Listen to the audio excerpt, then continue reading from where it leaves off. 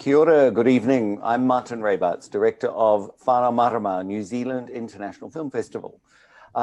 We've been talking through the days of the festival with filmmakers from all over the world, sharing ideas about their incredible work and also allowing you, our audiences online, to probe and ask questions and get to know them better and get to know where those stories came from. Many of you will be joining us from having just watched The Perfect Candidate by Haifaa Al-Mansour. And you may also have been watching that film because you know her previous work, Vajda. So Haifaa, so lovely you could join us. Welcome, welcome, welcome. Oh, thank you so much for having me. I really love New Zealand. I was just filming here in November, so in the West Coast. So I really miss. So I miss New Zealand. What were you filming? I'm so curious. We were filming a TV show for Amazon. So. Oh wow, that's exciting. Can we talk more about that or not? I have to keep stum. Well, yeah, definitely. I don't know when it's premiering, but it is. It's a beautiful story about American teenagers got lost somewhere in an island, and the producers fell in love with the geography of New Zealand, and they chose it to film there. So. Oh wow! And so it's really lovely to hear that, and I'll be looking out for it. But so when are you coming back next? We want to have you here in person. Maybe next year. Okay. We're still on the lockdown here. Yeah. I know that right now you're based you're holed up, I guess, sort of just north of Los Angeles. Is that right? Yes, that's right. Correct. But all of your work seems to inevitably draw you back to your home country, Saudi Arabia. And you have become the most renowned female filmmaker of Saudi Arabia, but also the most renowned filmmaker, period, of Saudi Arabia. That's both, I guess, a great honor and something that is, important to carry, and it's a flag you bear, I guess. Would you, I guess, prefer just to be referred to as a filmmaker, or can you not extricate yourself from the place you're from and the society that your films speak to? And how is that relationship? Is it a tender one, or is it a fractious one? Well, of course, I come from a very conservative place, and when women try to engage with art and express themselves, there is always controversy. People expect them to stay home, and there is a lot of the role of women is very well defined in those conservative places.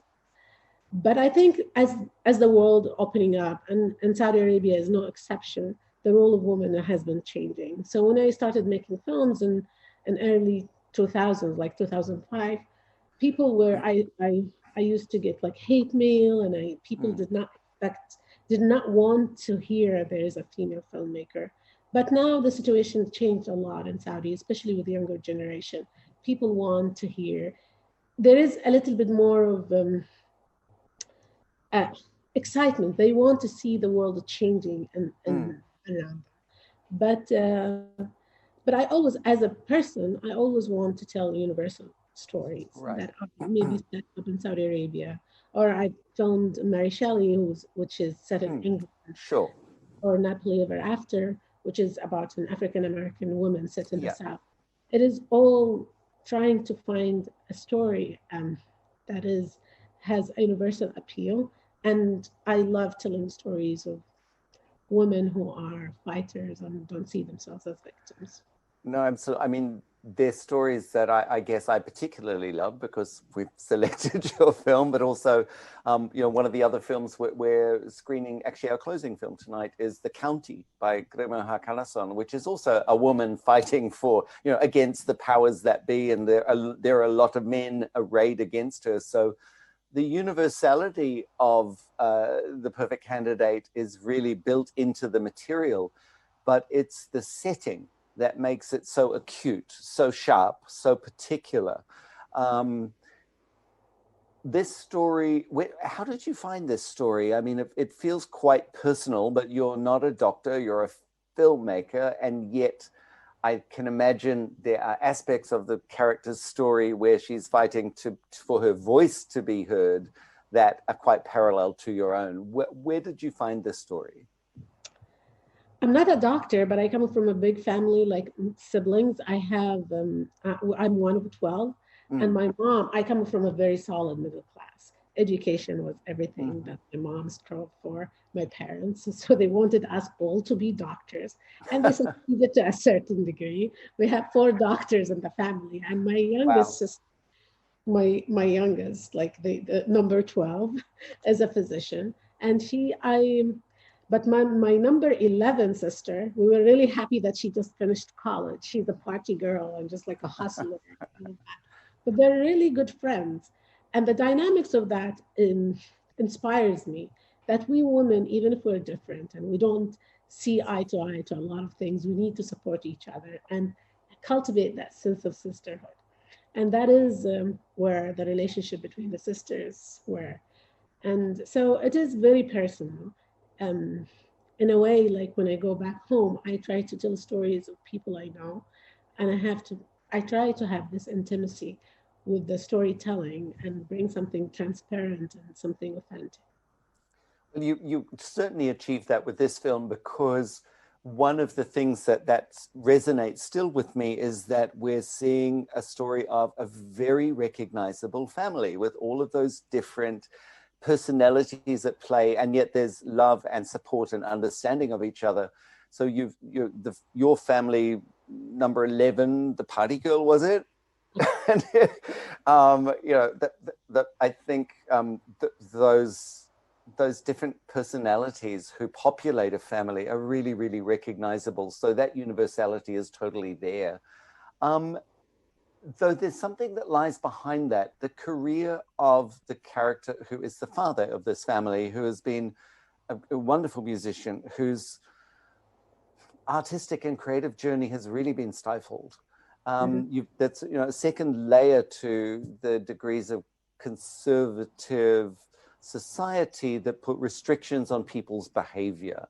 Is that also a character that from close by, or something you've observed? Because the juxtaposition with the young, vital, powerful, energetic doctor who's going to speak no matter what, and the tender musician who is her father, is a really lovely axis of characters.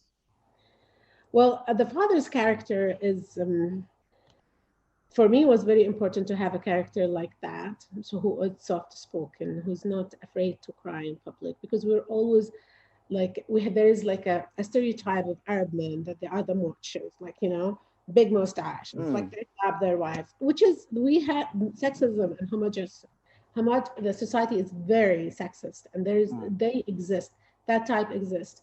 But I think in cinema we really need to celebrate the different. We need to celebrate a new type of a man and promote that type of a man, hoping to change how people see themselves and and they aspire to be something different.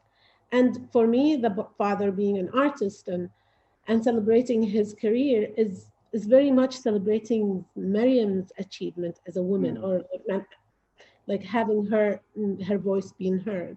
For so long, Saudi Arabia has been very conservative, and art and women have been excluded from the public space. They're just immoral, and they have to really conceal them, and they have to be really away. And now there is coming back for art and women empowerment. It is slowly but gradually finding the root in the society, and I think it's very important to celebrate that moment. And yes, my father was very soft spoken and was really calm. He wasn't Okay. he wasn't a musician. So No. I think you just mentioned something in that which I find interesting as well, that you spoke about what is possible in the public space and what is possible by inference, what is possible within the private space is a different thing. For example, is the behavior like the father's music that was acceptable within a private space? He's a teacher, all of those things, but it's just taking it into a performance area that is, has been frowned upon, and in this case is now being opened up. Are there other aspects of the private spaces of a Saudi family and life that you feel are also, opening up at this time, that are changing? mm-hmm.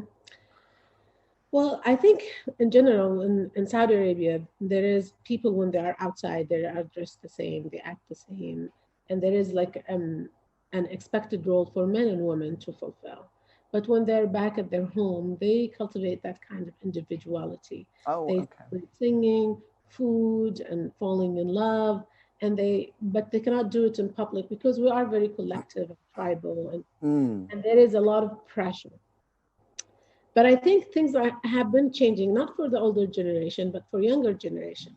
Younger generation now, they want to go to the mall and have fun. They want to date. They want to go to a restaurant. They refuse arranged marriages. A lot of them, they want to fall in love and choose their partners. So there is a little bit of, it is not, they are not doing it in a big and screaming way, but in a very consistent and systematic way. Okay. So the change is definitely happening with the younger generation. It's like they're moving forward no matter what. They're becoming like any young person in the world. Yeah. Like everything, like that, there is like social media, the world has become so small and they don't see themselves as different than other kids. They are on TikTok doing all those kind of dances, so they want to enjoy life as much as anybody else. It's well, that it's lovely to hear that, and I think your own work and your own career and your own acceptance or recognition in the international world has played some sort of a role in that. So congratulations for adding to that dialogue. Let's talk about the making of this film. I know rather well one of your producers, Roman Paul. And you've in the past in these films that are set in your home country, you've turned to other parts of the world to finance them. Is the making of a national cinema for Saudi Arabia, is that becoming easier? Is there support for that? I mean, we almost had this the film festival opening up, but it got shut down by COVID. So there's an interest in cinema. What are the parameters of, say, from when you made your first film in Saudi Arabia to now? Is it an easier journey? Do you still need to lean on, the German co-production as heavily, or is that opening up as well? Because production in terms of film is, the amplifier that allows you to speak with your voice. You have a strong voice, but film production requires that amplifier of, finance. Well, I think for both Wajda and The Perfect Candidate, it was a co-production, so the money were equally coming from Saudi Arabia and from Germany. It is, and I don't think it's a question of money really, as much as a question of expertise. Like really, we don't have people in Saudi Arabia who can like cinematographer or like head of departments that can carry a movie. We don't have like people who are trained. We have some people who can do TV, but TV is very different. And especially TV in the Arab world is very different. It has its own, like it is a lot of overacting, a lot of makeup, a lot of it does not travel well. So just to open it up, we needed to have some kind of co-production. But definitely there is now a push to have more authentic films coming from Saudi Arabia. But it depends on we really need to find voices. Like it doesn't matter. Like if you have finance or not finance, I think you really need to find those voices very distinct storytellers who have something to say and share with the world. And cultivating those voices is very important. And I think there's a lot of a lot of workshops and a lot of training has been like trying to search for those talents and give them the opportunities to grow. I understand co-production can often be, it's not about the money, it's about the knowledge and expertise, particularly perhaps of a market or of a particular workshop or something that a co-produce or a sales agent relationship or a film festival relationship that co-producer may be able to open the door to. So I really understand what you're saying, that it's not about the money of co-production, it's about perhaps the access and the expertise. How did you find your cinematographer for this film? You just mentioned cinematographer. How did you find your cinematographer, and what was that relationship? How's that been building? He's a German cinematographer, and Roman had a great relationship with, and they suggested him to me. And I really love Tony Alderman, his funny, amazing film. And we talked about the look of the film and all what we want to do with it. And it has been an amazing journey with the DP. And what I liked about my DP is like, the relationship between DP and female filmmakers are always very problematic, because they are the ones with like, it doesn't work. Like, yeah, maybe it works if you listen to me, He wasn't like that type of guy. And that is what I really appreciated, that he would see my vision and try to implement it. So it has been really an amazing relationship, and really we had a really wonderful and fun time shooting this film together. That's great. When you're working, are you bringing around like young people, interns, to work on your film, so they are learning on the job? So you're actually working towards building an infrastructure in Saudi? Absolutely. We try to, especially in those administrative like clerks and all those kind of like works where you really need to build people from home who understand the details and can maneuver the culture. But yes, definitely, we always, in every department, we have Saudi young people. We paired them with the Germans. Yeah, building infrastructure is, I think, one of the great side effects that can happen if you really put your mind to it. So, kudos to you. Congratulations for taking that on board, and not just making a movie, but empowering a new generation. Absolutely, especially in film, because film is always like, it's almost like apprenticeship. Like you really need to, people need to work to understand what it is. I totally agree. There's only so much you can learn at film school if you manage to get to one of those, but so much is like just that old apprenticeship, system from the, I guess, medieval or ancient apprenticeship system, but it's very effective, like people getting their hands dirty with something and seeing it happen. Your cast is just really, really wonderful. I mean, you can feel the family connection to them. You can almost, like you described your family, that you could see some of the characters, reflected in, and you feel that between your main character, your main character and her sisters. It's just delightful. How did you put together that terrific cast? It hasn't been easy. It was not easy. No? Okay. Like we don't have casting agents, casting managers, or agencies where they promote their actors. They give you a list of who's there and who's available. So you always go to the world and try to find like a person who looks like the character you wrote. And Mila, the lead actress, is like is a young female actress who already been in TV. So finding her was not like, at least we had the main character, but trying to populate all the other like roles was difficult. The girl who played the sister, the older sister, was not easy, because you really wanted someone who was carefree and fun, and Arab women are always reluctant to be comedians. They always want to be proper, and just to find this person who's not really afraid to make fun of herself and take but she was an Instagram sensation, and I looked at her like posts, and I was really impressed that she was willing to like just be herself and be funny, and And like, yeah, she didn't care. She wasn't really thinking about how people will judge her. And that was very refreshing. And when she auditioned, also there was like a singing part, and she cannot sing. She didn't care. She sang. She was just like, but she made it fun and exciting. And that is when I felt like she is the great character. This is who we want for Wow. me.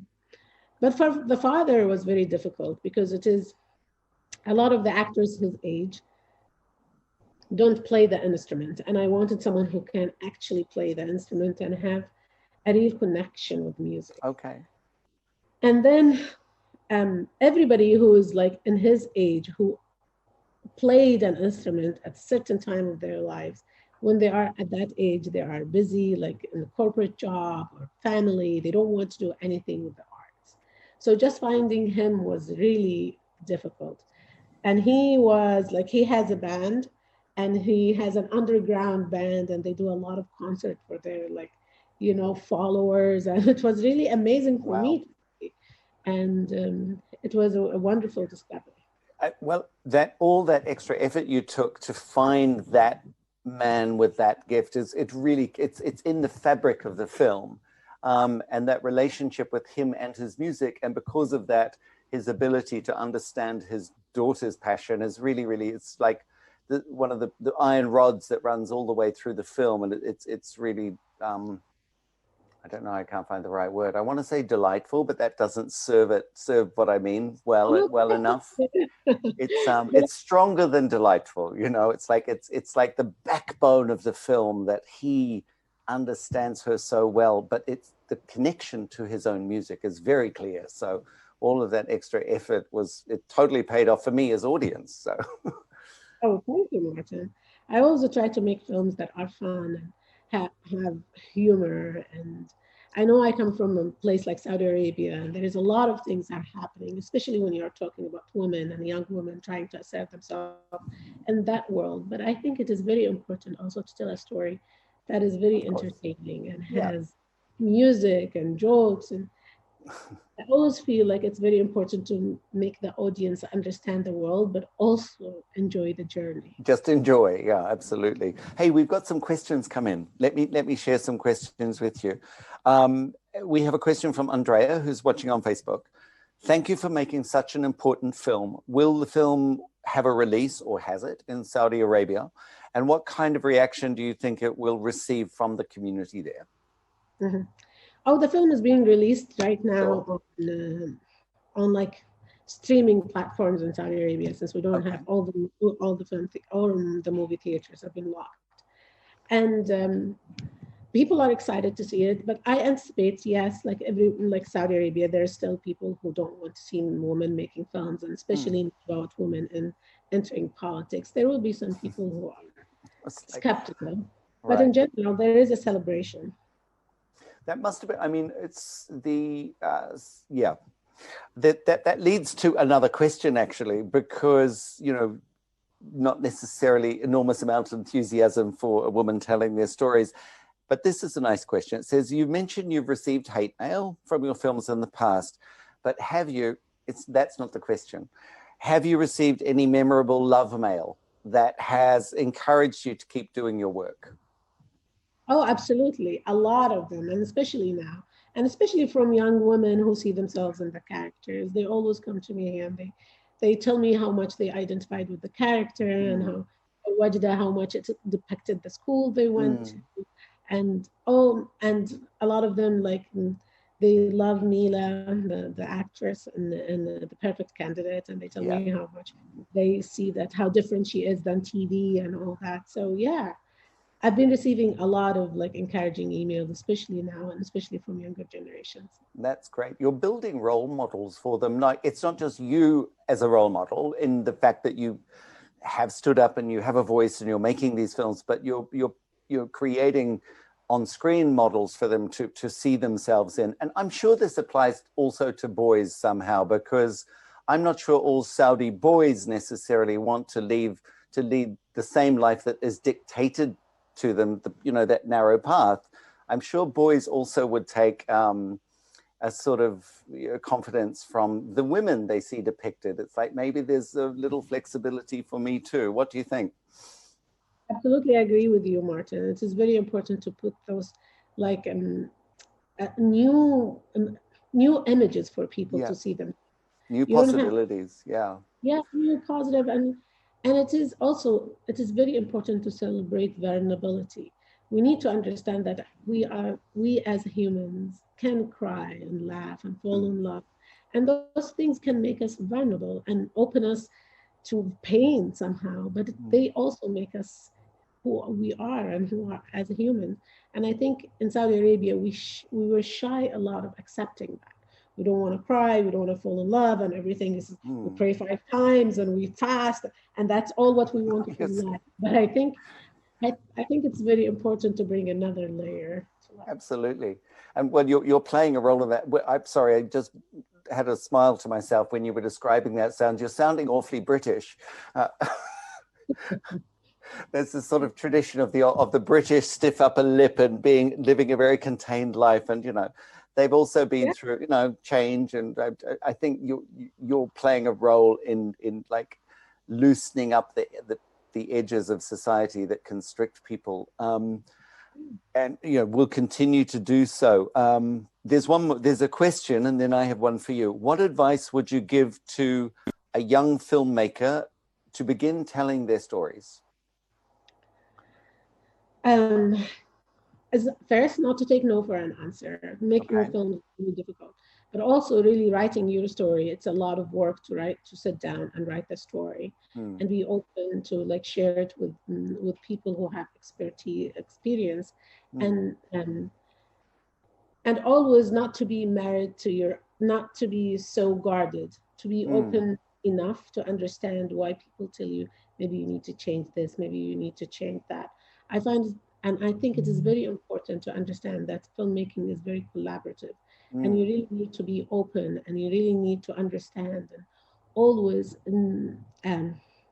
it is not a singular voice.